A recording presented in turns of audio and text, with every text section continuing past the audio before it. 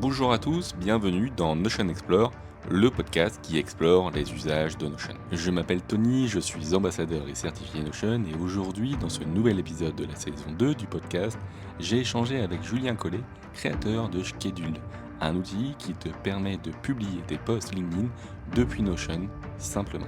Dans le podcast, Julien nous raconte son parcours d'entrepreneur qui l'a amené à créer son outil SaaS autour de Notion.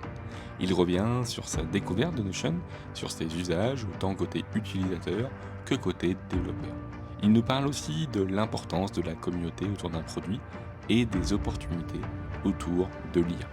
Si le podcast te plaît, n'hésite pas à le partager autour de toi, à t'abonner, à noter le podcast sur les plateformes d'écoute, cela le fera découvrir à d'autres personnes. Merci. Notion Explore, c'est aussi une newsletter et un site internet, n'hésite pas à y faire un tour. Allez, c'est parti, je te laisse avec Julien. Salut Julien, Salut Tony. comment tu vas? Bah écoute, ça va très bien, la forme. Et toi? Ouais, ça va plutôt bien. Merci du coup d'avoir accepté de participer au podcast. Avec plaisir. Merci à toi de m'avoir invité. Est-ce que tu peux un peu te présenter pour les personnes qui te connaissent pas du coup? Oui, carrément. Alors, je m'appelle Julien et donc là, ça va faire 1 an et demi que j'ai créé une entreprise, enfin ma boîte qui s'appelle scheduled.so. Donc on parle vraiment du thème de Notion, hein, vu que c'est un outil justement qui s'intègre à Notion pour accélérer la création de contenu sur LinkedIn notamment. Voilà, donc après on pourra rentrer en détail et voilà. Et sinon, l'autre point, c'est que moi j'habite à La Réunion, donc je suis réunionnais et je suis fier de l'être. Et voilà, et j'invite tout le monde à venir au soleil, voilà. Bah complètement. Ah, moi je suis jamais venu du coup à La Réunion, hein, mais j'aimerais bien du coup y venir à un moment en tout cas du coup. Ouais. Je peux que te conseiller, malgré le fait que le prix du billet soit un peu élevé, mais en tout cas, je conseille à tout le monde de franchement prendre du temps et venir, c'est très agréable. Ah, j'ai vu des photos de personnes en tout cas autour, ça a l'air vraiment magnifique aussi. Yes. Ah bah cool. Et du coup, comment en fait t'en es arrivé en fait à, à être aujourd'hui en fait à créer ton entreprise du coup et un outil autour de Notion. On va revenir un peu sur pourquoi Notion tout ça, mais ce qui m'intéresse c'est comment en fait t'en es arrivé à vouloir créer ta boîte en fait justement. Au départ du coup, je pense que t'as peut-être fait du salariat, t'as fait de l'indé ou autre et du coup c'est venu vraiment petit à petit du coup. Alors moi, l'entrepreneuriat, franchement, enfin, j'adore ça et ça fait vraiment plusieurs années. Enfin, ça fait 10 ans. Ma première boîte, alors j'avais pas créé les statuts, mais en tout cas, le premier projet dans l'idée de créer une boîte, c'était en 2013. Et bref, je me suis mangé toutes les portes. Voilà, je mal fait les choses. Bref, je pensais aux coproduits, j'avais fait des spécifications techniques. Enfin, je suis développeur à la base, donc j'avais fait des spécifications, tout ça. Enfin bref, pour finalement me rendre compte que c'était plus compliqué que ça et que ça fonctionnait pas comme ça, vraiment. Et voilà, de fil en aiguille, après, je me suis dit surtout que j'allais rejoindre d'autres startups, en tout cas d'autres boîtes où justement j'allais apprendre des personnes qui avaient réussi à passer ce cap de j'ai une idée et je crée un business. Voilà, donc j'ai fait ça pendant plusieurs années, donc 10 ans en fait, où j'étais, enfin, pas 10 ans, mais où j'étais à Paris. Et voilà, et en fait, après, moi, je sais que j'ai toujours eu en tête cette envie de créer ma boîte. Donc, on va dire qu'après, c'est une question de moment. J'ai bossé chez Contour. J'ai même créé, juste après Contour, j'ai créé une boîte où j'étais associé. Et j'ai quitté finalement cette boîte au bout d'1 an. Et après, voilà, après, enfin, ces apprentissages aussi que j'ai eu, je me suis dit que rentrer à la Réunion, créer une boîte en solo, ça m'allait bien. Et voilà, et je suis reparti assez vite. Enfin, je me suis reposé avant et après, je suis reparti assez vite dans l'idée voilà, de créer ma boîte. Ouais, bah top. Et du coup, aujourd'hui, ton activité, c'est vraiment entièrement, du coup, ton activité euh, avec ta boîte? Ouais. Ouais, ouais, alors je suis à 100% là-dessus, Ouais. même si à côté de ça, là, vu que ça fait 1 an que j'ai lancé, à côté de ça, quand même, j'ai fait quelques missions de freelance avant, parce que voilà, en fait, sur le lancement, après, on pourra en parler enfin, en détail le besoin financier qu'on doit avoir pour lancer une boîte. Mais moi, il y a des moments où justement, on ne veut pas être dans le rouge. J'ai alterné avec des missions en freelance. Mais là, en tout cas, aujourd'hui, je suis à 100% dessus et je compte bien rester à 100% sur les mois à venir. Mais en tout cas, je vais faire en sorte que ce soit le cas.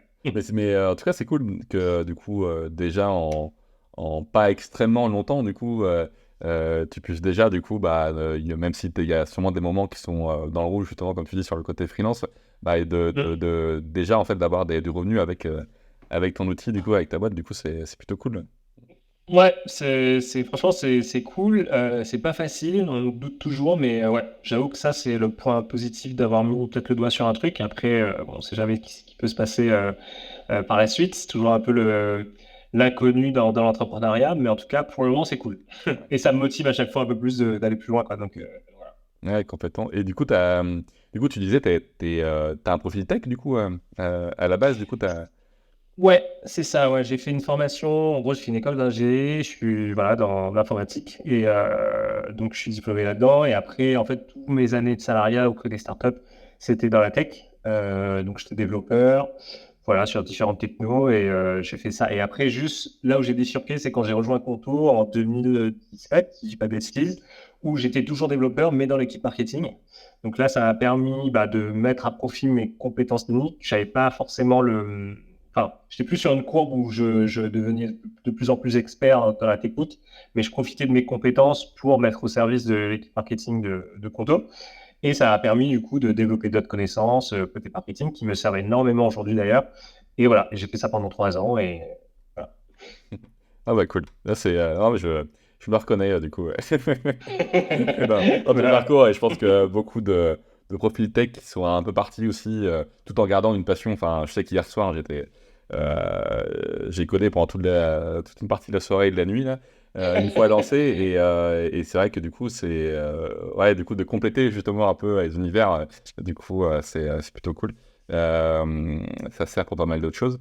Du coup, par rapport à Notion, justement, du coup, c'est quoi ta relation avec Notion? En fait, du coup, tu l'as découvert, tu vois, toi, je pense que tu disais Conto, du coup, tu as travaillé, du coup, je crois que c'est Shubham qui a du coup, été pas mal avec Conto, du coup, tu l'as découvert à ce moment-là, ou du coup, tu y étais peut-être déjà en perso, du coup, comment...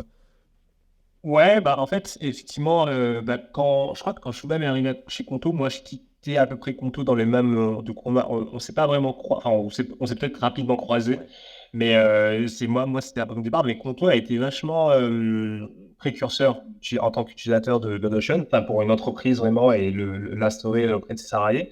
Du coup, moi, je l'ai connu grâce à Conto.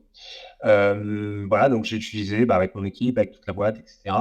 Et même si j'avoue que, tu parles de relation, même si j'avoue que, alors, on a toujours un peu ce côté culture de changement très difficile. Enfin, on est toujours réfractaire quand il s'agit de changer d'outil Ouais. ou voilà. Et du coup, j'ai eu ma période où j'étais complètement pas d'accord avec le fait d'utiliser Notion. Je me suis dit, mais pourquoi utiliser cet outil alors qu'on a déjà ce qu'il faut? Parce qu'effectivement, la valeur proposition au début de Notion, tu vois, j'avais du mal à comprendre, quoi. Parce que quand on me le vendait, quand mes collègues me le vendaient, c'était non, mais tu pourras tout mettre dedans, tu pourras tout documenter. Je dis, ouais, mais on le fait déjà, en fait. Pourquoi on peut donner notre outil finalement? Mais voilà, fil en aiguille, en fait, j'ai compris la facilité que ça offre, la collaboration, etc. Et ça, en gros, ça t'enlève beaucoup de charge mentale, je trouve, sur du switch de choses, d'outils ou même. Enfin, et c'est devenu un vrai outil que j'utilise au quotidien maintenant. Franchement, je passe Ouais. beaucoup de temps sur Notion. Ouais, je dis ça parce que justement, Notion, c'est un peu comme pas mal d'outils, où du coup, tu as vraiment une relation, à travers le temps, en fait, du coup, où tu vas passer par différentes phases d'appropriation, comme peut l'être Twitter, comme peut l'être LinkedIn. On en parlait en off un peu, du coup, par mail, du coup, t'as connu ça tout à l'heure. Et c'est vrai que c'est un peu pareil. Et c'est pour ça que je trouve pas mal, du coup, ce terme de relation où tu commences à l'utiliser pour ça, puis finalement, tu l'utilises aussi pour d'autres choses une fois que tu vois la potentialité des nombreux usages, quoi, du coup. Non, c'est clair. Et je pense que, alors pour moi, ça a vraiment été l'aspect collaboratif, quoi. Et du coup, ça fait partie aussi enfin, j'ai dit des valeurs, mais de ce que j'essaye de ce que je développe justement avec Schedule, tu vois, miser toujours sur cet aspect collaboratif. Mais je pense que ça joue énormément, en fait, à partir enfin, pour moi, en tout cas, quand il y a eu ce déclic-là, je me suis dit, waouh, ah ouais, franchement, euh, en fait, c'est trop facile. C'est ça, c'est le résultat. C'est effectivement, il y a deux alternatives. Tu peux le faire, tu peux travailler en collaboration avec d'autres personnes, donc d'autres outils. Mais juste là, ça devient trop facile en fait. Du coup, il n'y a pas de miracle. Hein. Dès qu'un outil finalement il fait les choses plus facilement, en fait, ça marche. Bah ouais. Voilà. Et du coup, ce déclic, comme je dis, du coup, c'est arrivé directement chez Conto, du coup, ou du coup, vraiment par l'usage perso que tu avais aussi. Non, non, non, c'est vraiment chez Conto. C'est-à-dire que à part Conto, quand j'étais chez Conto, je n'utilisais pas Notion dans d'autres cas. Enfin, j'ai jamais utilisé Notion dans des cas personnels, on va dire, pour ma vie, pour gérer ma vie ou quoi que ce Ok. soit, comme peut le faire d'autres personnes. C'est toujours été dans un cadre professionnel. Et voilà. Donc moi, ça a été vraiment Conto. Et après Conto, bah, j'ai continué à l'utiliser parce qu'en fait, pour juste tout mettre et tout m'organiser, c'était un gain de temps énorme en fait. Il n'y a même pas de question à se poser de ah tiens, je vais mettre un peu de choses dans un drive, ensuite je vais mettre sur Dropbox, ensuite je vais créer un document ici, dans mes notes. Enfin, Ouais. voilà, c'est tout est centralisé, merci et voilà quoi. Et du coup, c'était vraiment du coup un usage plutôt de documentation, de ressources que tu fais, mais tu utilises aussi le côté projet, tu utilises vraiment tout type d'usage, quoi, du coup. Ouais, en tout cas aujourd'hui, par rapport à Schedule, j'utilise vraiment enfin, globalement, sur tout business de schedule, c'est-à-dire tu vois, du début où quand je faisais des interviews et que fallait tout mettre, les notes, fallait m'organiser, j'ai une interview avec telle personne à telle date, à tel moment, je vais prendre des notes, etc. De ce moment-là à après à mettre des OKR, enfin mes OKR, mes stratégies, ma roadmap, franchement, il y a tout. Après, le problème finalement que ça crée, c'est que ça devient rapidement un bordel aussi. Donc, et c'est ce qui fait Le en général, classique. j'ai l'impression, peur aussi aux personnes, quoi. C'est de se dire, j'utilise Notion, c'est un bordel, je m'y retrouve plus. Et en fait, effectivement, je pense qu'aujourd'hui, il y a beaucoup de personnes qui utilisent Notion et c'est rapidement un bordel. Et après, et du coup, ça devient facile de cacher un peu des fois aussi son bordel sur un tapis, quoi. C'est de te dire, ah, bon là, je comprends plus, je repars de zéro, ça, je le mets ailleurs. Je le mets dans un gros dossier, genre hold, enfin, en gros, ne plus toucher ou avoir, voilà. Ouais. Mais bon, ça règle pas vraiment le problème. Et c'est pour ça aussi, aujourd'hui, je pense qu'il y a des experts sur Notion, tu vois, qui sont là pour aider les entreprises à mieux s'organiser dessus, à bien utiliser l'outil, en fait, parce que c'est hyper important aussi d'avoir une première utilisation qu'on soit familiarisé et une utilisation vraiment beaucoup plus maîtrisée, on va dire, et beaucoup plus carrée Ouais. pour évoluer et enfin, voilà, grossir son business ou sa carrière, enfin peu importe, dans Notion, tout en restant, on va dire, en faisant les choses proprement, quoi. Ouais, bah c'est vrai que du coup, il y a ça à la fois à côté double, à côté un avantage et un inconvénient autour de l'activité liée à Notion sur les blocs et la page blanche et tout ça. C'est vrai qu'au départ, ça peut être, tu sais pas par où tu vas commencer. Alors ils se sont beaucoup beaucoup améliorés, je trouve, à travers le temps avec des templates, avec la galerie là qui a rien à voir par rapport Mm. à avant. Mais c'est vrai que rapidement, du coup, tu peux avoir un bordel, du coup, pas possible, comme tu dis. Et c'est là où, du coup, le terme système, moi, je l'aime bien parce que ce qui est à la fois un avantage dans le sens où tu ne vas pas comme d'autres outils qui sont un peu plug and play, et du coup, il y a déjà tout à l'intérieur. Ça va être de l'anglais, ça va être. Alors, pas trop de soucis d'anglais, mais c'est vrai que souvent, ça peut être une barrière, du coup, à l'adoption. Et moi, c'est vrai que je l'ai vu par rapport à Notion en France, il y avait quand même pas mal de monde qui l'utilisait pas du fait de la barrière en anglais. Mais Mm. c'est vrai que du coup, sur l'interface de Notion, tu fais ce que tu as envie, vu que c'est ton propre système de pensée. Et c'est aussi ça, je trouve, l'énorme avantage de Notion, c'est de mettre ton cerveau directement dessus, et en plus en collaboratif, quoi. Mm. Mais d'un autre côté, voilà, clairement, ça peut être le bordel aussi, d'où cet apprentissage un peu constant qu'on doit avoir autour, quoi. Bon, ouais, et c'est un peu. Alors, moi, ce que j'aime bien me dire, tu vois, des fois, pour ramener ça au code, Ouais. mais alors, je vais peut-être perdre des gens sur le podcast là, mais en gros, c'est, tu vois, quand tu codes, en fait, tu as ce qu'on appelle des patterns. C'est-à-dire que tu sais que par rapport à un problème, à un cas d'usage, tu vas appliquer une façon de faire. Enfin, tu vas pas appliquer un code en particulier, mais tu vas appliquer, voilà, un, un pattern pour répondre à ce problème-là que tu as dans ton code. Et enfin, bien dire, tu l'appliques un peu bêtement, mais voilà, enfin, c'est assez automatique à un moment donné à force de le faire. Et je trouve que Notion, il y a un peu cette particularité-là par moment. C'est-à-dire qu'en gros, tu vas avoir des cas d'usage qui reviennent. Tu vois, par exemple, dire, tu vois, j'ai besoin de m'organiser avec une to-do. Enfin, je prendrais des cas un peu classiques, hein, mais ou même créer, bah, pour entrer un peu dans le sujet par rapport à ce que je dis, mais créer mon système de contenu, en fait. Qu'est-ce qu'il Mm. faut que je mette vraiment en place? Un calendrier, OK, une liste d'idées, OK, une to-do, mais pourquoi, comment, etc. Et en fait, je pense que là, les experts Notion, ils ont vraiment une grosse valeur ajoutée, c'est qu'ils arrivent à te sortir, voilà quoi, le bon pattern, en fait, qui répond au bon cas d'usage. Du moins après, aussi, adapter des fois des patterns par rapport à des besoins un peu plus spécifiques. Mais ça, je pense que c'est hyper important parce que c'est justement ce qui amène à se dire, bah, ah ouais, punaise, Notion, c'est hyper puissant en fait. Parce qu'en gros, si tu n'appliques pas des fois le bon modèle d'organisation de Notion, bah, c'est là aussi, c'est facile de se dire, ah ouais, franchement, c'est chiant Notion, j'arrive pas à faire ce qu'il Ouais. faut. Tu vois, si, je sais pas, si tu crées tout le temps des pages au lieu de faire une base de données pour classifier tout ce que tu as besoin dedans, bah ouais, ça va pas être idéal, quoi. Donc, voilà. Donc, c'est un peu, voilà, j'aime bien me dire que des fois, en fait, il y a des patterns que tu arrives, tu dis, bon, bah, je sais que là, j'ai besoin de faire mes OKR. Bon, aujourd'hui, c'est comme ça, je sais comment ça va être, et c'est fini, en fait. Je le vois et j'ai pas réfléchi plus longtemps. Bah, Parce c'est que j'ai déjà fait, mais. c'est vrai que c'est quelque chose, je trouve que Notion évolue beaucoup les derniers temps autour de ça au niveau des patterns, comme tu dis justement, et des usages qui sont box, en fait, enfin, du coup, qui sont au niveau market, en tout cas, travaillés dans un seul produit. Il y a une Notion Project, du coup, là-dessus. Il y a la partie automation aussi. Et puis, comment ils ont reconstruit justement la galerie de modèles. Elle est vraiment, je trouve, dédiée justement à ce côté usage, en fait, où tu vas prendre un modèle sur un usage qui est plus complexe, enfin qui est simple et qui peut être à la fois complet. Et puis il y a des nouvelles possibilités aussi qu'il y a sur les templates qui deviennent de plus en plus puissants. Je pense aux automatisations notamment qui sont aujourd'hui dans Yes. les modèles. Ou qui sont, les automatisations sont payants, du coup ils sont dans le forfait payant, mais si du coup tu télécharges en fait du coup un modèle, je sais pas, sur la gestion d'une école, sur la gestion d'un centre ou autre, où il y a des automatisations à l'intérieur, bah, en fait, je ne vais pas payer pour les automatisations qui sont déjà repassées dans le modèle, parce que du coup, c'est le créateur qui a mis à disposition, et du coup, Notion autorise là-dessus, et je trouve ça amène toute une série, en fait, de vraies applications, en quelque sorte, métier.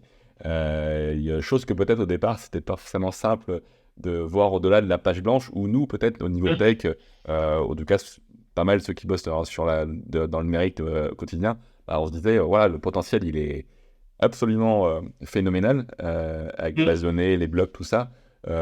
Mais pour vulgariser cet usage, c'est vrai que c'est toute une question, quoi. Mm. Et non, c'est clair, c'est clair. Après, effectivement, par rapport à tout ça, tu vois, ça crée. En fait, bah, tu peux pas avoir les deux. Tu peux pas être, comment dire ça, être bien dans les deux mondes, quoi. C'est que ça crée un gap forcément pour les gens qui connaissent pas encore Notion et qui se posent la question de, ah, mais par où commencer en fait? Je comprends rien. On parle de formule, on parle d'automatisation, on parle de database, de base de données, je sais pas quoi. C'est bref, enfin voilà, ça crée, je pense que ça crée un gap, mais bon, faut trouver un point de départ en fait. Mais c'est sûr que les personnes qui l'utilisent déjà depuis plusieurs années et qui continuent et qui voient Notion évoluer, bah, ça stimule vachement en fait et se dire ouais, l'outil devient de plus en plus puissant, etc. Et je peux faire encore plus de choses et voilà, et notamment avec des outils comme Schedule. mais en tout cas, voilà, c'est en tout cas donner des possibilités pour aller encore plus loin et tout gérer en même endroit. Moi, je trouve ça quand même cool, quoi. Puis il y a peut-être quelque chose qu'au niveau produit, tu vois, c'était quelque chose aussi que t'as dans la tête, c'est le côté communautaire, du coup aussi autour, dans le sens où bah, les autres produits aussi et autres et compagnie, et le côté bah, ambassadeur, tu vois, où on est pas mal en lien avec l'équipe Notion et tout, ce qui est, enfin, moi j'ai jamais vu ça, clairement, dans les outils jusqu'ici, C'est vrai. et ça, on en a parlé plusieurs fois sur le podcast ou sur l'intervention, et peut-être que justement, ça fait partie aussi de la stratégie, en quelque sorte, quand tu as un produit qui permet de faire tellement de choses, d'avoir cette base en fait d'utilisateurs fans en quelque sorte avancés du coup qui peuvent aussi relayer du coup former ou autre quoi. Non, c'est clair, l'aspect communautaire, alors franchement, ils sont très très forts pour avoir développé ça, parce que comme tu dis, tu vois rarement d'autres produits SaaS qui arrivent à développer l'aspect communautaire, que ce soit avec les ambassadeurs ou même les experts ou autres. Et en fait, ça se répercute après aussi, c'est ça qui est cool, hein. Enfin, moi, je prends que le positif par rapport à ce qu'il dit, mais ça se répercute en fait. C'est-à-dire que cet aspect communautaire, en fait, moi, je le retrouve avec mon outil et enfin, les personnes qui m'aident, tu vois, justement sur l'aspect Notion, enfin, franchement, on est très. Voilà, quand on échange beaucoup, on travaille beaucoup ensemble et enfin, c'est trop cool. C'est un gros, gros, gros avantage, je pense. Et je pense que ça les aide aussi, parce que vu que l'outil devient forcément plus complexe, du coup, le fait de déléguer un peu cet aspect de donner en fait la parole aux autres personnes qui maîtrisent le sujet pour ensuite aider ceux qui ne maîtrisent pas encore, bah, ça se répand un peu, ça se répand très facilement, quoi. Donc, Ouais, voilà. bah, carrément. Puis en plus, quand ta base d'utilisateurs grandit de manière exponentielle, comme c'est toujours le cas avec Notion, du coup, c'est aussi du coup Mm. toute une réflexion sur comment tu gardes ce côté communautaire. Là, dans le passé, dans l'histoire tech, tu sais, on a vu pas mal de boîtes du coup qui avaient réussi le côté communautaire pas mal au départ, et puis du coup, petit à petit, où il y a eu un peu une scission, enfin, c'était un gros mot, mais en tout cas, un érodage du coup du coup de la partie communautaire, et puis qui ont peut-être du mal à survivre du coup du fait de cette Ouais. disparition en amont. Donc c'est aussi une évolution, ou même sur des projets open source, typiquement dans le côté tech, on a souvent ce cas-là aussi, du coup.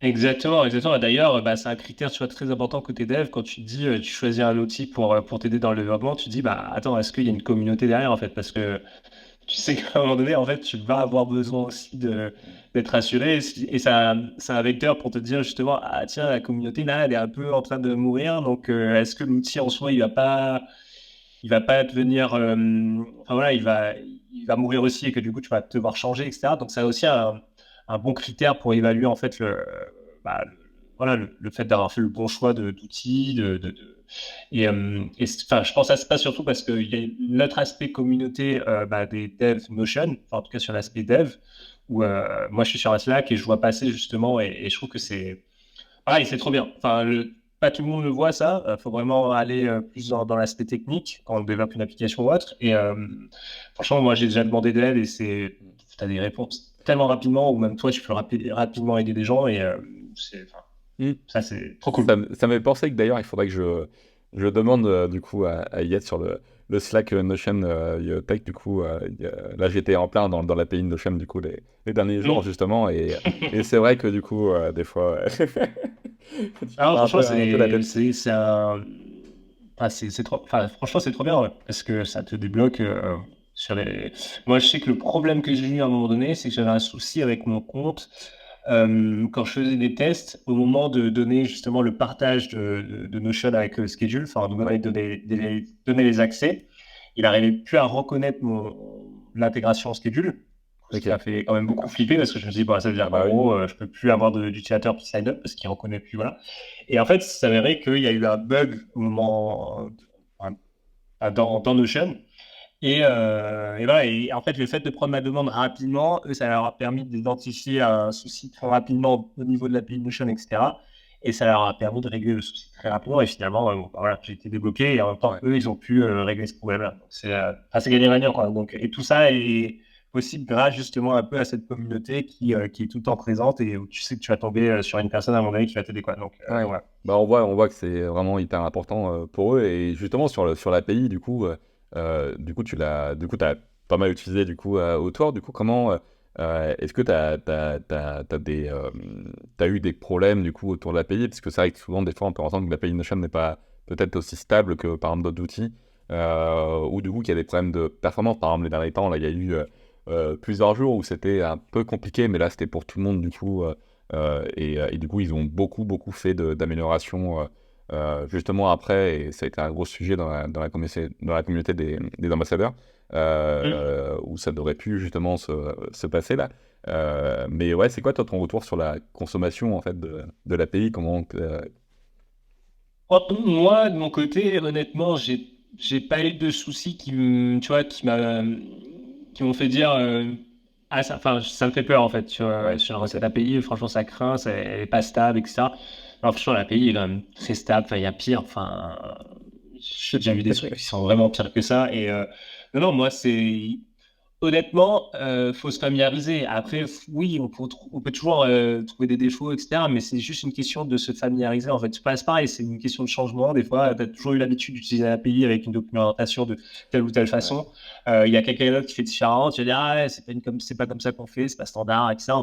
Franchement, on peut trouver beaucoup de choses à dire. Mais le gros plus, c'est quand même que ça fonctionne. Quand tu te familiarises avec, bah, après, tu peux faire des trucs de dingue, et tu as beaucoup de flexibilité. Enfin, je veux dire, enfin, Ouais. voilà, quoi. Donc, moi, aujourd'hui, honnêtement, Ah, t'as pas eu de problématique au sens que ça. non, j'ai pas eu de problématique très vénère au point de me dire ça craint. Voilà. De toute façon, en fait, si j'ai une problématique très vénère et que ça craint, ça va craindre vraiment beaucoup pour mon business, quoi. Bah oui, du coup, c'est pour ça. Mais, mais Ouais.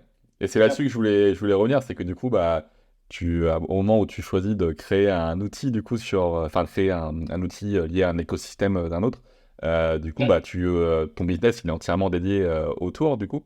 Et donc, bah, en fonction ça avait pensé un peu à Twitter, tu sais, sur l'historique de Twitter, hein, où Twitter a pris une exponentielle grâce à l'ensemble des outils qui étaient connectés à l'API. Alors, peut-être pas que tout le monde est au courant de ça, mais c'est vrai que. Et puis à un moment donné, ils ont fait stop, quoi. Du coup, dans ce cas, tout cassé et autres.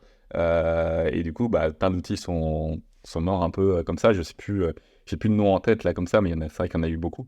Et c'est vrai que c'est un peu la problématique, justement, quand tu construis autour d'un outil, bien quoi. sûr. Ah, bien sûr, bah, c'est ce qu'on appelle les risques de plateforme un peu, hein. C'est le fait d'être dépendant d'un autre outil. Enfin, moi, par exemple, justement, avec LinkedIn, Twitter, enfin, je considère un peu Notion dans le même cas, mais c'est effectivement, enfin, j'ai fait le choix d'être dépendant de Notion par rapport à Schedule et c'est à double tranchant. C'est que d'un côté, en fait, ça me facilite énormément parce que j'ai pas à inventer la roue sur tout l'aspect, par exemple, éditeur qu'une personne va utiliser, tout l'aspect collaboration qu'elle va retrouver dans la création de son contenu et qu'elle va partager justement avec une autre personne. Enfin bref, en fait, l'idée c'est que la personne elle reste dans Notion. Donc, Schedule est un peu un outil de fond qui va automatiser certaines choses, te faciliter la vie sur certains éléments, mais en soi, tout se passe dans Notion aujourd'hui. Alors, je sais pas si dans plusieurs années ça va changer, mais en tout cas, c'est le choix que j'ai fait. Donc après, oui, c'est ce risque-là qui est pris. Et après, moi, je le mesure, on va dire, par justement, tu vois, on parlait de communauté, tu vois, la communauté de dev. Enfin, en fait, il y a plein d'éléments aussi qui me rassurent, en fait, sur les évolutions que prend Notion. C'est-à-dire qu'aujourd'hui, justement, avec Notion Project, enfin, en fait, ils incitent beaucoup de partenaires, justement, à aller créer des intégrations, enfin, voilà, à utiliser API. Donc, ça a aussi un signe pour moi bon, pour le moment, tout va bien dans Ouais, le c'est bateau, quoi. plutôt bien. Après, effectivement, on n'est jamais à l'abri. L'exemple, le meilleur exemple, c'est sur Twitter Ouais. et Après, bon, voilà. Twitter, c'est peut-être l'exemple extrême, du coup, encore plus maintenant dans l'appropriation. Et justement, en fait, depuis tout à l'heure, du coup, bah, on parle de Notion, du coup, écosystème, et c'est vrai que Schedule, comment t'en es arrivé aussi à vouloir créer un outil dans l'écosystème Notion? Après un moment, en fait, tu t'es dit, il y a un business, du coup, à créer autour, et du coup, je vais en faire un produit. Ouais. Alors en fait, c'est très simple. C'est que pour moi, aujourd'hui, honnêtement, j'ai vraiment une conviction qui est assez peut-être extrémiste, mais c'est parce que j'ai une vraie confiance aussi en mon outil. Mais en fait, pour moi, ça devient vraiment inutile aujourd'hui, quand tu utilises Notion, d'utiliser un autre outil de planification, style Buffer, Agora Pulse, ou bref, ou tu fais que ça. Pourquoi? Parce qu'en fait, moi, je l'ai vécu. En fait, au final, quand tu commences à construire toute ta stratégie ou même vraiment à t'organiser pour que tes notes arrivent dans Notion, etc. Bref, en fait, tout ton contenu, en fait, toute ta valeur ajoutée, elle est dans Notion. Et le fait de dire que tu dois utiliser un autre outil juste vraiment pour planifier sur des réseaux sociaux, voilà quoi. Enfin, tu vas aller switcher, tu vas aller dans un autre univers et en fait, tout ce que ça va amener, c'est que de la friction. Bon, ouais, c'est-à-dire que tu vas copier-coller, enfin, c'est court, hein, mais tu vas copier-coller ton contenu de Notion vers cet outil-là pour ensuite qu'il publie sur LinkedIn ou peu importe. Et tu vas te retrouver avec deux sources de contenu, un dans Notion, un dans l'outil. Si tu modifies dans l'outil, est-ce que tu modifies aussi dans Notion? Si tu modifies dans Notion, est-ce que tu modifies là? En fait, ça t'amène. Moi, c'est ce que j'ai vécu. En fait, j'avais besoin de créer du contenu et voilà, pour après des besoins de visibilité, etc. par rapport à des projets. J'ai commencé dans Notion, j'ai utilisé Buffer.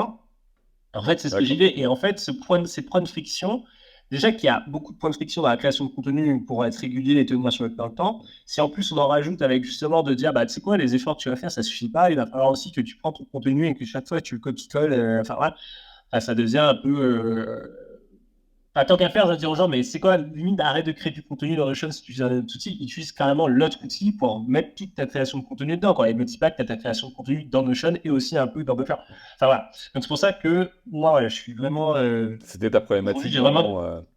Ouais, et j'ai vraiment une conviction de dire, bah, si tu utilises Notion pour créer ton contenu, je comprends pas pourquoi tu utilises juste un autre outil pour aller planifier, en fait. Et même limite, enfin, pas pour dire il faut utiliser Schedule, mais dans ce cas-là, tu vois, tu peux même utiliser la planification LinkedIn, en fait. S'il faut copier-coller quelque chose, bah, copie-colle le contenu dans LinkedIn avec la planification gratuit de LinkedIn, quoi. Tu vois, donc, en fait, c'est vraiment ça. Et ça participe, en fait, à ce que je te disais tout à l'heure, c'est ce switch d'outils ou l'aspect collaboration, le tout en un, enfin, en gros, tout qui est tout centralisé. Bah, du coup, Schedule participe à ça. Et c'est vrai que c'est, bah, depuis le début, en fait, faire en sorte que c'est ce que je dis à tout le monde, c'est que quand tu crées ton compte avec Schedule, c'est très rapide et l'objectif, c'est justement qu'à un moment donné, tu fermes la fenêtre.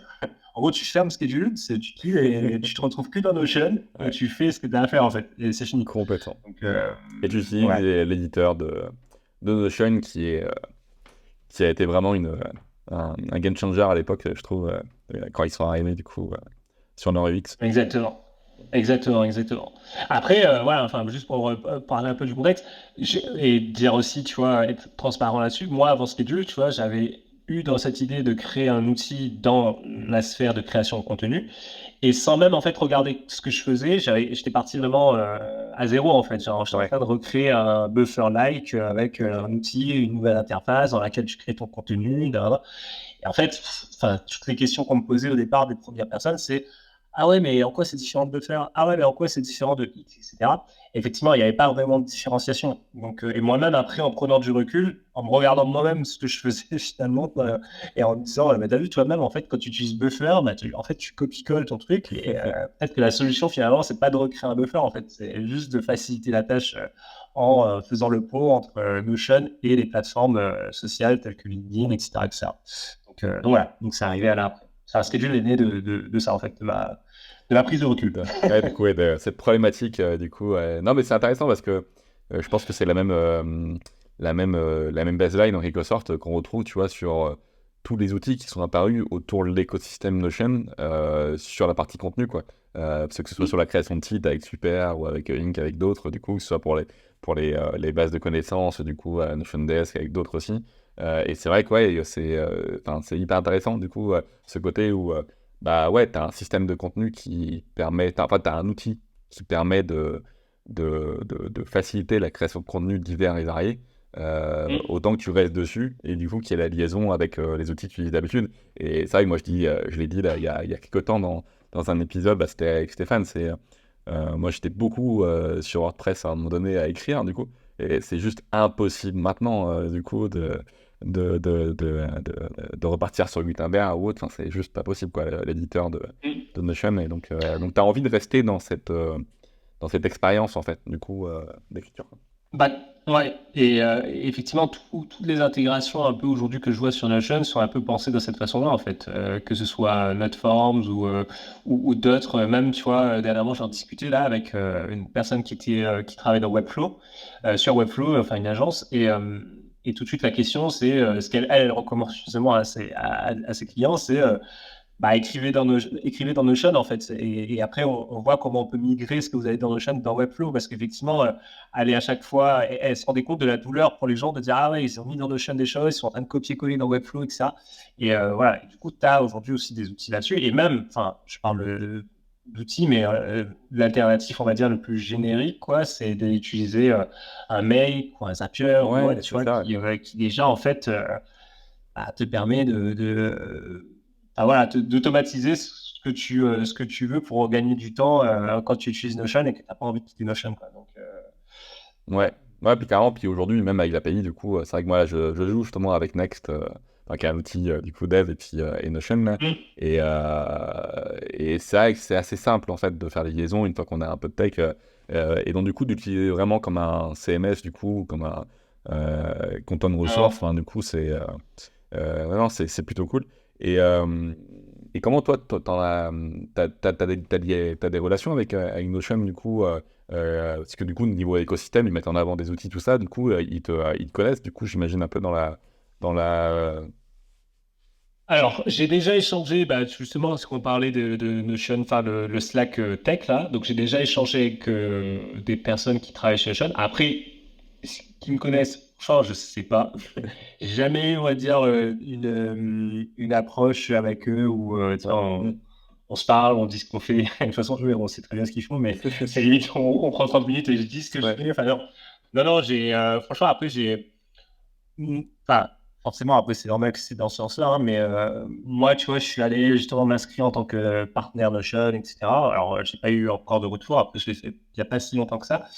Mais de toute façon, moi, l'objectif, ça a été vraiment aussi de construire, tu vois, un produit qui répond à un besoin, voilà, qui se développe et qui montre qu'il y a un intérêt, en fait, de continuer à le faire, en fait. Avant même, tu vois, je sais pas, enfin, c'est peut-être moi qui vois les choses comme ça, et ouais, mais en tout cas, avant même d'aller essayer de Ouais, d'aller faire un construire peu quelque chose, plus, de du coup, consolider quelque chose un ouais, peu plus avec Notion, tu vois, c'est ouais, vraiment de faire quelque chose un peu plus sérieux, ouais, quoi. Enfin, en gros, je me ouais, dis, franchement, fais ton taf avant, et ouais. après, tu vas voir les grands, quoi. Donc, Ok. donc Ah, voilà, donc peut-être qu'à un moment donné, ça va venir, et mm. tant mieux, et si ça vient pas, c'est pas non Ah ouais, plus c'est vrai le que plus important. je trouve que les derniers temps, en fait, ils mettent, enfin, j'ai l'impression que par type d'outils, du Ouais, coup, ils essaient de catégoriser un peu et donc du coup de mettre en avant de manière un peu plus officielle, en quelque sorte, les différents outils ou autres. Je sais qu'ils ont fait beaucoup d'évolutions là sur le côté entreprise et donc il y a eu par la même occasion l'arrivée de pas mal de partenaires qui sont plus ou moins similaires, mais qui du coup proposent du coup leur show de temps de chaîne et ils l'ont annoncé officiellement. Et puis même sur la galerie de Tempête, encore une fois, hein, du coup, on voit qu'ils essaient de, un peu plus d'ailleurs, reprendre la main un peu sur je sais pas comment dire, tous les choses qu'on trouvait à droite et à gauche, du coup, ouais. d'avoir vraiment, en fait, le côté vraiment officiel sur le site de Notion, du coup. Ce qui est plutôt bien aussi côté créateur aussi, du coup. D'où d'où cette question. Non, mais voilà. Ça viendra peut-être un jour. Donc, Ouais. mais on laisse. De toute façon, j'ai de quoi faire. Ma to-do Non. pour avancer sur ce schedule, elle est tellement longue que Ouais. j'ai de quoi faire et c'est ce qui est pour moi le plus important, quoi. C'est aussi, Ouais. tu vois, de prouver qu'il y a un vrai business qui peut se créer et que ça apporte une vraie valeur à plus de personnes dans le temps, quoi. Donc, voilà. Et du coup, justement, on n'en a pas tellement parlé vraiment. Enfin, on en a parlé, mais vite fait du coup, sur les mots, tout ça. Concrètement, du coup, Schedule, c'est quoi, du coup, pour ceux qui nous écoutent? Parce que, en fait, on en parlait de très connu. Je Finalement. pense je pense qu'ils peuvent comprendre un peu qu'est-ce que c'est, mais peut-être que tu en as une définition, peut-être aussi plus.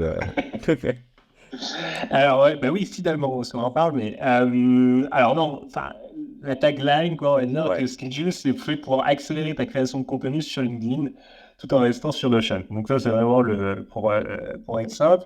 Mais en gros, derrière, c'est quoi? C'est un outil que tu vas plugger avec Notion. En gros, voilà, tu vas donner tes accès de partage, etc. Schedule va venir se connecter à ta base de données de contenu.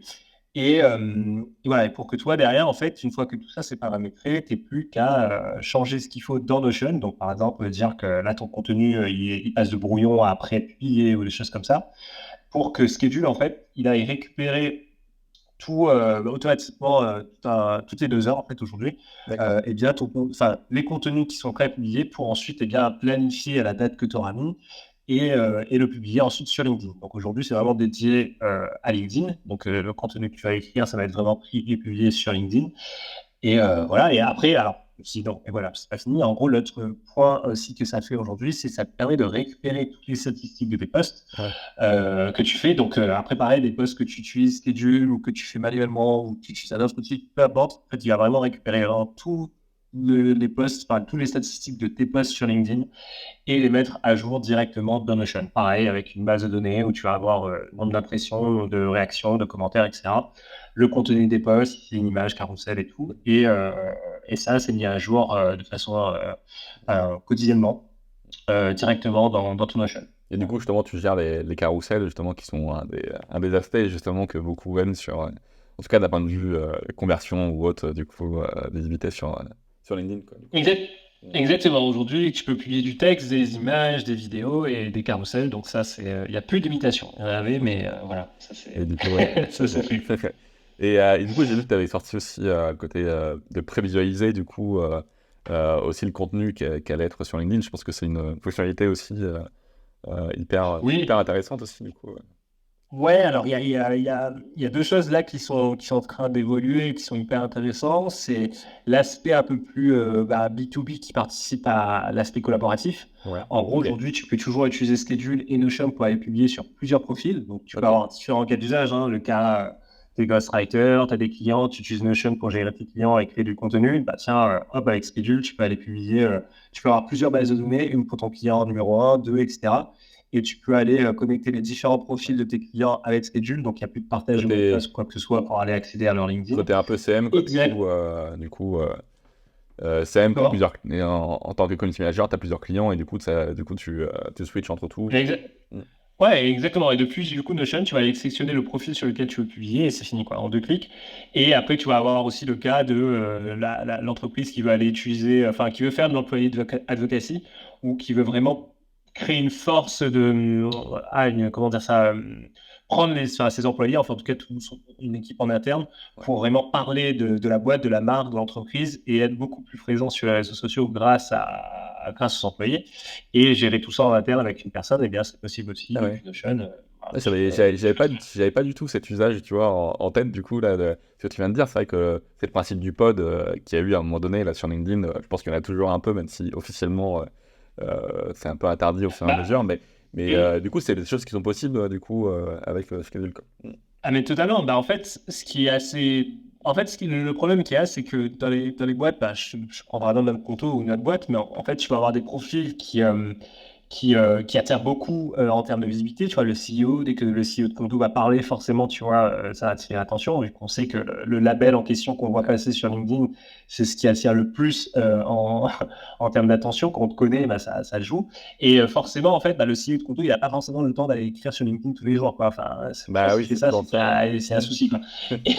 Et, et du coup, bah, le fait d'avoir une équipe en interne de marketing, enfin, dédiée aux social media, eh bien, ils vont pouvoir justement utiliser par exemple Notion, aller connecter le profil du CEO, du VP, voilà, sales ou je sais pas, ou autre, et utiliser en fait ces personnalités-là pour aller communiquer sur du contenu pensé par l'équipe marketing, tu vois, avec le bon tone and voice, des choses comme ça, et ça permet de centraliser tout ça, et Ouais. c'est beaucoup plus simple, quoi. Enfin, moi, les exemples que j'ai eus avant, c'était vraiment, bah, ils écrivent le contenu, ils envoient ça dans Slack, ils pingent par exemple le CEO, il dit est-ce que tu peux copier-coller le truc sur ton profil, s'il te plaît? Ouais, Tu vois, il ouais, suffit qu'il le fasse pas bien, ou c'est qu'il ça. tague quelqu'un, ou je sais pas quoi. Enfin, bref. Voilà, et donc là, ça facilite les choses, quoi.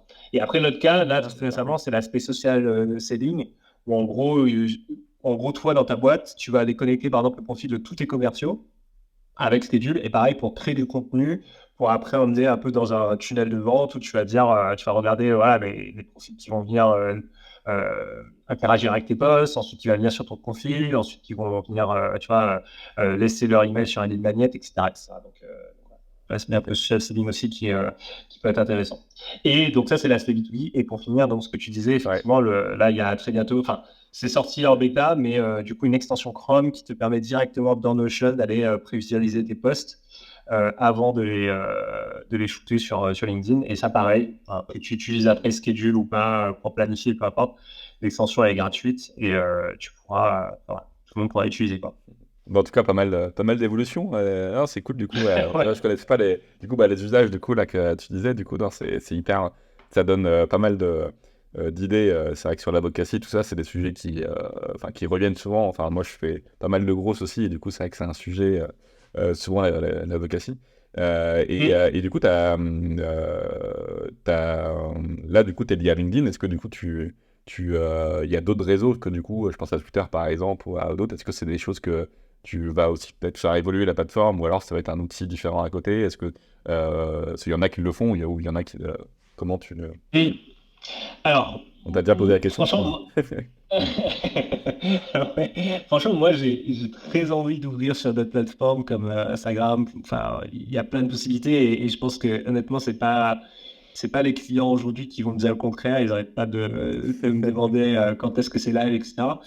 J'avoue que je le repousse sans cesse parce que j'ai quand même une conviction que plus en fait, il y a quand même pas mal de choses à faire encore sur LinkedIn d'aider, enfin, tu vois, juste sur l'aspect stat, en fait, aujourd'hui, franchement, juste récupérer l'impression, les réactions et tout, bah, c'est pas suffisant, en fait. Enfin, c'est pas suffisant, c'est déjà pas mal, mais je veux dire, si on va aller plus loin dans l'aspect reporting, sur justement le B2B ou pour le Ghostwriter, etc., il y a pas mal de choses à faire. Il y a une question de présentation, en fait, aussi, du reporting que tu fais. Il y a une question de comment tu le communiques facilement. Enfin, donc, il y a pas mal de choses encore à creuser. Je ne dis pas forcément que ça va être la priorité, mais on va dire que c'est le travail que je fais à chaque fois, c'est de me rechallenger sur, OK, Ouais. aujourd'hui, c'est quoi la bonne C'est quoi, du priorité, en coup, fait. ouais, Et je sais très bien que si je me mets, par exemple, sur Instagram, alors techniquement, c'est pas une question de, c'est trop technique, je peux pas le faire. Non, il n'y a rien à voir.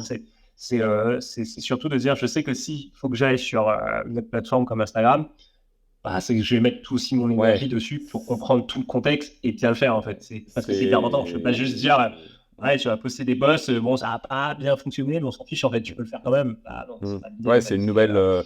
Tu veux dire, c'est vraiment l'approche verticale, quoi, du coup, autour et où en mode vraiment, c'est pas juste une fonctionnalité en plus, c'est vraiment un produit, du coup, qui s'intègre dans l'écosystème mobile Ouais, et donc ça nécessite forcément, voilà, mais aussi pas mal de. bien sûr. Mm. Bien sûr, bien sûr. Et ça fera partie en fait voilà, des voies de développement. C'est à moi en fait de construire un peu les choses pour que. Mais c'est sûr que, enfin, dans la tête, enfin, je pense pas que ça va être genre un nouveau produit dédié, par exemple, pour Ouais. Instagram ou un nouveau produit pour tout ça. Il y a à un moment donné quelque chose qui sera complémentaire directement dans ce schedule. Mais quand, ça, c'est. Même moi, je sais pas. Ouais, ouais, j'étais obligé de te poser la question. Ouais, Je comprends. c'est vrai que du coup, on peut se la poser. Et du coup, justement, par rapport à là, on dérive un peu justement vers un peu la fin du coup du podcast. Du coup, si on sort un peu de Notion, euh, l'IA justement associée au contenu. Toi, du coup, tu as un outil qui fait le lien entre LinkedIn et Notion et qui est porté pas mal sur le contenu. Il y a Notion AI qui est justement du coup dans Notion. Comment toi tu vois l'IA dans un peu ce que tu toi proposes du coup ou comment tu pourrais peut-être à l'avenir et de manière un peu générale du coup sur le contenu quoi. Ouais, alors, c'est assez dingue parce que ça crée une espèce de course, j'ai l'impression, à chaque fois, de plus en plus vers l'innovation. Enfin, là, avec l'annonce qu'ils ont faite, on n'arrête pas de voir sur Twitter, enfin, toutes les heures, il y a un nouveau projet qui sort de fou. Mais en même temps, en fait, ça crée aussi le risque de se dire, si ça, en fait, moi, à chaque fois, je me dis, si un projet, il naît aussi rapidement, il peut mourir aussi rapidement, en fait. Enfin, c'est cool de pouvoir shifter quelque chose là. Et du coup, il faut se forcer, mine de rien, je pense, aussi à réfléchir à là où on veut mettre de l'effort. Alors après, tu vois, les projets qui sortent, je sais que sous forme de side project, etc. En tout cas, moi, par rapport à ce que je il y a, comme tu dis, Notion AI, et je sais pas, en fait, la proportion aujourd'hui, tu vois, des clients qui utilisent vraiment ça. Franchement, moi, honnêtement, je n'utilise pas. Parce que en fait, j'ai beaucoup plus, je suis beaucoup plus amené à utiliser des fois les outils que j'utilise déjà avec ChatGPT ou autre par rapport à l'IA que Notion AI. Alors, je ne sais pas pourquoi, je ne me suis pas posé la question, mais voilà, donc je ne sais pas aujourd'hui pour les clients comment ça se passe. Mais après, je sais qu'il y a des choses à faire et que c'est prévu aussi par dans la roadmap que je priorise là. Mais franchement, il y a beaucoup de choses à faire. Après, il faut, je pense, mettre le doigt voilà, sur le truc Sur le qui truc. toujours sur une question de l'effort que tu vas mettre. Est-ce qu'il apporte 80% tu vois, de bénéfices au client quoi? Ou est-ce que tu vas mettre 80% d'efforts alors que finalement, il y a 20% des gens qui vont vraiment profiter de ce que tu fais? Et pour moi, c'est le challenge. Je sais qu'aujourd'hui, voilà, écrire du contenu, enfin, en tout cas, avoir de nouvelles idées ou faire des contenus avec IA ou il y a des outils qui le font très bien. Je pourrais très bien le mettre en place, etc. Mais est-ce que c'est Ouais. la bonne chose à faire ou pas? Ah, voilà. Et il y a beaucoup. Et en fait, tu te rends compte qu'il y a beaucoup, beaucoup de choses qui peuvent aider. Enfin, quand tu prends en fait la chaîne finalement de création de contenu, tu as beaucoup d'éléments. Tu as le moment où tu dois avoir une idée, donc une idée de post, le moment où tu vas relire ton post du coup pour l'optimiser, pour le corriger, le moment où tu vas le poster évidemment, le moment où tu vas récupérer ça, etc. Le moment où tu vas le recycler, Respecté, ouais. tu vois, pareil, l'adapter sur un autre format. Voilà, donc il y a plusieurs moments clés, je pense, dans tout ce cercle en fait, de création de contenu qui peuvent être taclés avec l'IA. Mais je pense que voilà, je tape un peu le terrain, je teste des trucs déjà pour moi. Ouais. Franchement, il y a beaucoup de choses. Même moi, en tant qu'utilisateur, j'ai testé et c'est plutôt cool. Et je pense que dès que j'aurai quelque chose où je serai vraiment serein à me dire, ah là, Ouais. franchement, c'est ouf. Enfin, déjà, moi, en tant qu'utilisateur de mon propre outil, je me dis, ça, c'est ouf ce que ça peut me permettre de faire. Ça sera quelque chose qui sera communiqué rapidement sur ce qui est du cas. Ouais, c'est un peu comme, si je vois un peu ta vision, c'est un peu comme l'automatisation en quelque sorte, c'est de l'utiliser en fait à dose réellement d'intérêt en fait du coup sur la feature du coup qui est autour plutôt que de faire un FOMO en quelque sorte à aller alors que du coup c'est juste un produit d'acquisition en quelque sorte, c'est pas forcément le message quoi. Ouais, exactement. Après, franchement, il y a cet autre, tu vois, argument de dire, ouais, mais il faut, plus tu lances vite les choses, plus aussi ça te confirme ou pas, tu vois, s'il y a intérêt ou pas.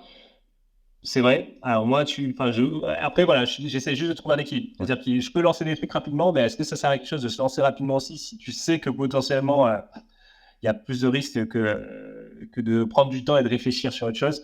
Donc, je pense qu'il faut trouver un petit équilibre là-dessus, surtout avec l'IA. Enfin, je dis ça avec l'IA parce qu'il y a une course effrénée. Voilà, quoi, du jour au lendemain, tu Ah as un nouveau truc bah, qui sort et ouais, tout le monde puis, court dessus. ouais. Demain, tu as un autre truc qui sort. Ah, bah, ce que tu as fait, ça sert à rien. Enfin, Ah, c'est c'est toute vivre avec ça, la. en fait, c'est un stress, quoi. Ouais, ouais, c'est toute la bulle numérique des fois autour, et puis là qui est densifiée énormément là, avec l'annonce du Turbo là, du coup, GPT-4 là. Et non, c'est vrai que Mm. c'est assez hallucinant. Et Et je pense, ouais, non, mais je vais pas rapidement finir là-dessus, mais je pense que ce qui est important, pour dire encore un mot, mais c'est en fait comprendre. En gros, moi, ce que j'aime beaucoup, c'est de dire que tu sais, c'est le fameux. Enfin, t'as beaucoup d'outils maintenant qui disent ça, genre AI powered, enfin, powered by AI, tu vois. En gros, en fait, dire que, en fait, rester spécifique par rapport à ton problème et te servir de l'IA en fait comme un boost pour faire des choses en plus par rapport. Je pense que ça, c'est pas mal. Ah, au lieu de, tu vois, mettre vraiment l'IA au ouais, l'IA centre au centre, du coup, de ton problème, ou tu vois, d'un problème et comme une solution par rapport à ce problème, je pense qu'il faut essayer vraiment de le voir comme. Et de toute façon, toujours se poser la question, qu'est-ce qui empêche demain quelqu'un d'autre de le faire? Si toi, ça t'a pris 10 minutes, ça prendra forcément 8 minutes à quelqu'un d'autre de le faire, etc. etc. Donc, en fait, ouais. faut penser à Ah, tout ça. puis Notion est un peu entre les deux avec Notion AI, justement, où on a vu qu'ils essaient de pousser vraiment beaucoup, beaucoup, et encore plus là prochainement, il y a des choses un Mm. cours là. Mais c'est vrai que, ouais, on sent aussi un peu ce côté-là autour. Et puis, petite question aussi sur le no-code, du coup. En tant que fake, tu vois, du coup, comment tu vois, tu vois, Notion fait partie un peu de l'écosystème, du coup, pour moi, no-code, même si ça peut être porté à débat autour, mais en tout cas, c'est vrai que ça permet de rendre accessibles des concepts qui, du coup, autrefois, n'étaient pas forcément, qui étaient que dans la bulle, en quelque sorte, tech. Mm. Comment, toi, tu vois ton regard, en fait, sur cette évolution des outils qui sont de plus en plus accessibles? Non, non, franchement, moi je pense que si on peut utiliser du no-code aujourd'hui pour arriver à ses fins, il faut le faire en fait, il faut pas hésiter. Et je pense que, je recommande, tu vois, toujours aux personnes de vraiment plus passer du temps sur la maîtrise des outils no-code que d'aller chercher à maîtriser la tech. Enfin, ça, c'est déjà un vrai point parce qu'aujourd'hui, on peut faire vraiment beaucoup de choses. Moi, typiquement, avec Schedule, tu vois, j'ai lancé Schedule et c'était 50-50 code Ok. et l'autre moitié, c'était, alors, pas vraiment no code, mais on va dire low code, enfin, pour être Ouais. précis, en utilisant N8N. Enfin, voilà, N8N, aujourd'hui, ça a été vraiment un moteur très puissant. Enfin, si on se dit, si on enlève N8N de mon produit, aujourd'hui, il fonctionne plus. Quoi. Donc c'est hyper important et ça a permis, et ça me permet, tu vois, de déclencher des choses très rapidement. C'est pour ça que je te dis, par exemple, je te prends le cas d'Instagram. En gros, moi, N8N, j'utilise vraiment sur la partie toute automatisation pour après, une fois que j'ai récupéré les choses de Notion et qu'il faut le publier sur LinkedIn. Enfin, tout ce qui est après, quoi. Et du coup, tout ce qui est l'aspect LinkedIn, voilà, se connecter à N8N. Et donc, s'il faut faire la même chose sur Instagram, ça peut être très rapide, en fait. C'est-à-dire que c'est une question de ajouter les connecteurs qu'il faut d'API pour Instagram et refaire un workflow. Et voilà. Donc, c'est pour ça que je disais qu'en termes techniques, c'est pas le c'est pas le point quoi et ça c'est grâce au no code et franchement ça c'est trop bien parce que ça t'enlève en fait comment dire ça de la matière que tu dois pas maintenir en fait c'est tout con mais en fait ça te fait moins de matière à maintenir le code ça te fait quand même beaucoup de matière à maintenir franchement voilà aujourd'hui voilà j'ai beaucoup je pense que c'est plus inversé maintenant dans la balance c'est 70-30 ou même 80-20 enfin en gros 20% c'est no code avec N8N et le reste c'est vraiment que du code enfin en gros il commence à avoir plus de code Ouais. mais, ce dont je me rends compte, c'est vraiment que ça te fait beaucoup plus de matière à maintenir, en fait. Donc, après, c'est bien, hein, je peux rentrer dans mes spécificités, des choses comme ça. Mais le code, la facilité, c'est que, voilà, ça te, Mais t'aurais. et aussi, enfin, le code, tu peux le déléguer, c'est une chose, j'allais dire, mais le no-code, ce qui est cool, c'est que tu peux aussi le déléguer, mais trouver, on va dire, peut-être plus facilement, tu vois, la bonne personne Ouais. ou expliquer, enfin, la prise en main est différente, en fait, tu vois. Moi, si demain, je vais expliquer mon workflow à quelqu'un pour qu'il reprend et qu'il maintienne ou qu'il développe, ça va peut-être être plus facile que d'aller expliquer tout le code que j'ai écrit, quoi. Ouais. Surtout que le code, quand tu écris, il y a toujours une question de subjectivité. Ouais, bah Et oui, oui. Classique, il n'y a classique. pas pire. Alors, franchement, il n'y a pas pire qu'un solotech qui écrit du code. Tu vois. Ouais. Alors, je le sais, hein, mais bon, c'est mon Mm. choix. Mais il n'y a pas pire que ça, quoi. Parce que Mm. tu es, voilà, comme la référence que j'ai, c'est que tu es comme un moine sur en haut de ta montagne, tu crois que le monde est fait d'une telle façon et tu. Enfin, alors que pas du tout, quoi. Non, mais Donc, ouais, c'est intéressant parce que du coup, ça montre aussi à quel point, du coup, ton retour aussi quand tu veux lancer un produit, du coup, que tu sois solopreneur ou pas forcément, du coup, c'est le côté où le code va te permettre d'aller rapidement, en quelque sorte, ou plus ou moins rapidement. Il ne faut pas non plus faire bien des sûr. fausses vérités autour, mais en tout cas, ça va te permettre d'aller peut-être plus simplement, du coup, en face de tes potentiels clients et autres, et d'avoir des retours. Et du coup, c'est un peu ce que tu dis là. Et la question que j'ai envie de te poser un peu derrière, c'est sans N8N, du coup, t'aurais Et été, du coup, sur cette activité en 100% code, justement, est-ce que techniquement, tu pouvais certainement le faire, mais est-ce que, du coup, t'aurais été, en fait, voilà, du coup... franchement, alors je pense que oui, mais ça aurait été peut-être une erreur en fait, parce que j'aurais perdu du temps. Enfin, en gros, c'est comme l'erreur que j'ai faite de vouloir réinventer la roue. En fait, à un moment donné, j'ai changé. Je pense qu'il y a eu un déclic où j'ai changé ce mindset. Alors,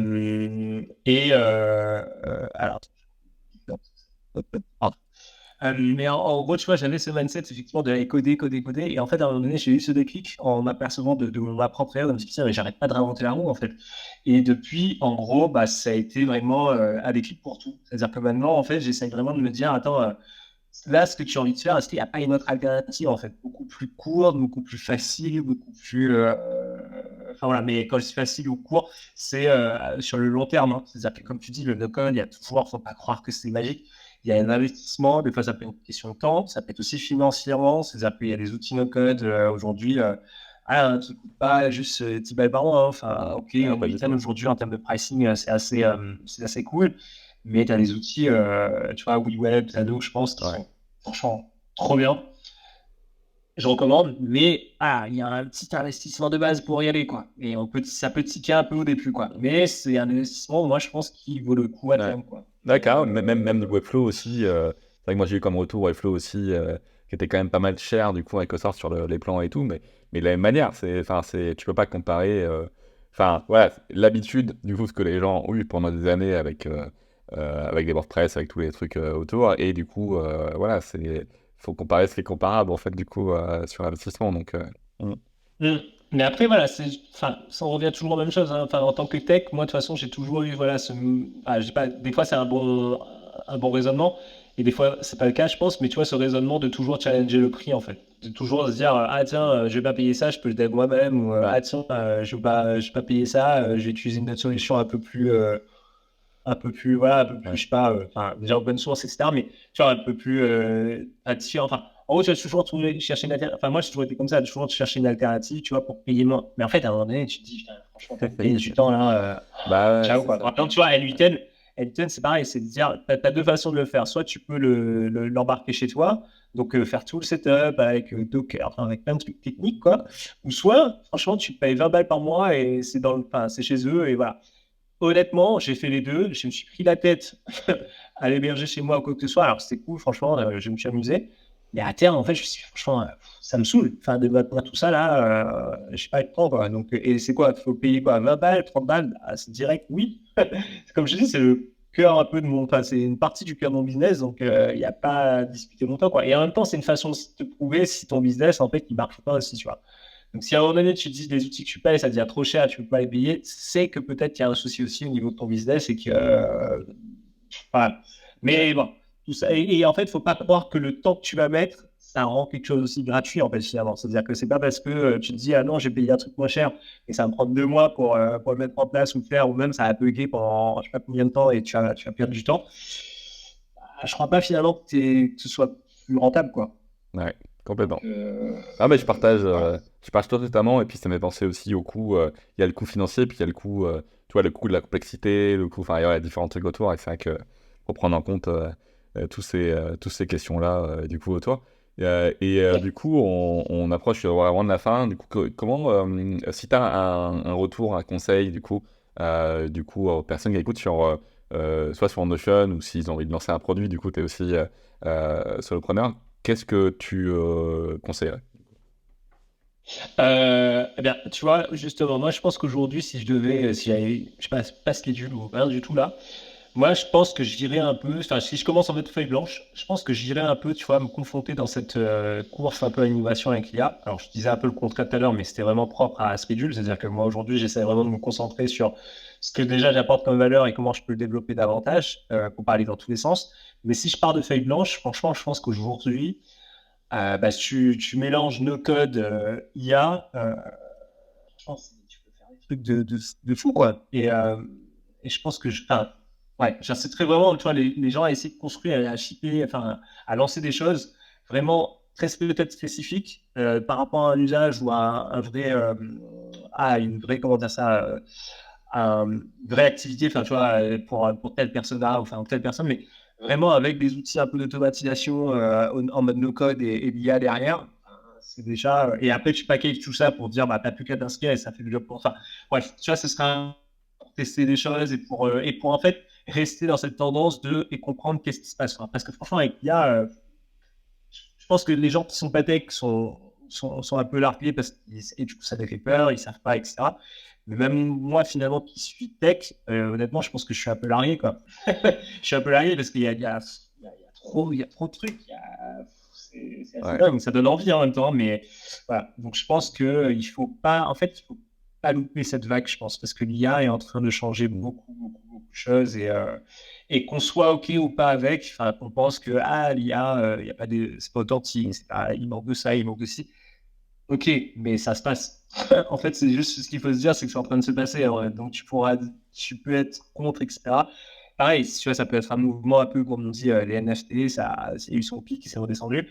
Peut-être, mais en fait, ça se passe. Donc, en gros, au lieu de prédire, etc., et même prédire en gros de façon un peu négative, ou tu vois, penser plus au pire et être pessimiste, je pense qu'il faut suivre le mouvement et être optimiste parce que ça peut amener à des choses, voilà quoi, très très cool et surfer là-dessus.